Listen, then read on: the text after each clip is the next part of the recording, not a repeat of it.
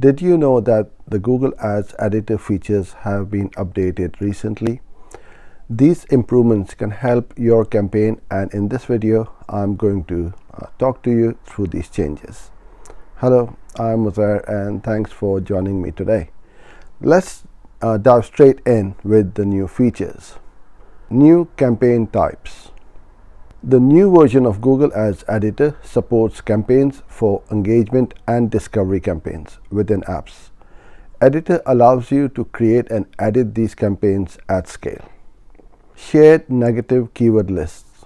By using Google Ads Editor's shared library, you can share negative keyword lists across accounts to help ensure that your ads don't display for unwanted phrases or keywords. Searchable errors. Google Ads Editor now lets you search across all campaigns and accounts for specific errors.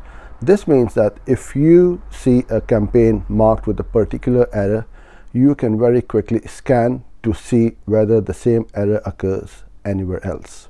Condense edit pane.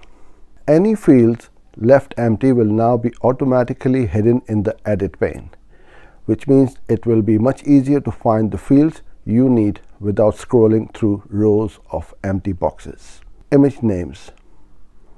Any images that you download from a Google Ads account will now automatically have the name added. This means that when you upload an image to Editor from a computer, it will be added to Google Ads with the file name matching the image name. Maximize conversion value. The maximize conversion value bidding strategy is supported under the new editor for search campaigns. I hope you enjoyed this video.